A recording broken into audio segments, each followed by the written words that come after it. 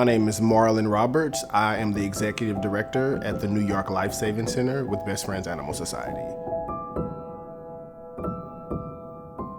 Best Friends Animal Society formed in 1984 with the mission to really end the killing of dogs and cats in America's shelters.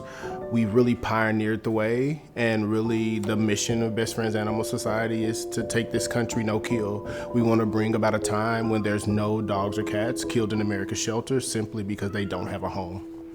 Through the Best Friends New York Life Saving Center, we adopt out over 2,000 animals a year. Last year, we adopted out a little over 2,600, and this year, we're on a trajectory to adopt out over 3,000 dogs and cats. You know, growing up, I always saw a dog catcher in my community, and I was like, I really want to work with animals, and that's all I see, so maybe I'll try that out. I went to the local animal shelter and realized that there were so many more opportunities to being able to interact with dogs or cats. I applied for a job, and I landed it, and here I am today. What really drew me here is working at an open admission shelter and seeing hundreds and thousands of animals come into our shelter, and there are so many families that are eager to love and care for an animal and bring it into their home. And I really wanted to give that opportunity to any dog or cat that came into a shelter that I was working at. I do. I have two dogs. I have Mega and Milo. They are literally the light of my life.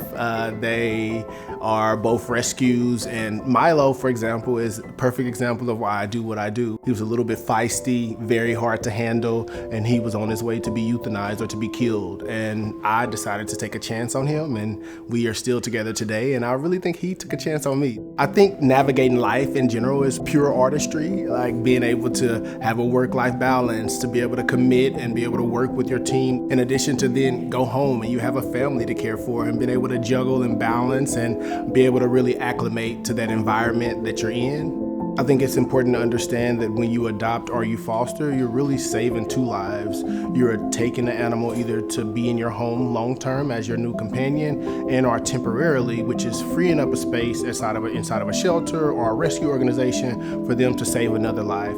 So when you're saving one, you're saving two, and that experience, it's like no other, to be able to really give an animal an opportunity to thrive, to really show their true personality. You definitely save yourself when you get another animal. It's a companionship, it's a feeling, the feeling of being wanted. I can be as tired as I want to, and when I get home, I see my animals and they just completely brighten me back up. We've had so many amazing stories go through our adoption center, and one that really stands out to me the most is a dog named Bing. Bing came into our organization who had impairments. He had a vision impairment and also had hearing impairment. He stayed at our center for longer than we expected him to, but eventually a family came along, gave him the time, attention, and dedication that he needs, and he's still with them today. He's learning sign language. He's living out his life the way he should.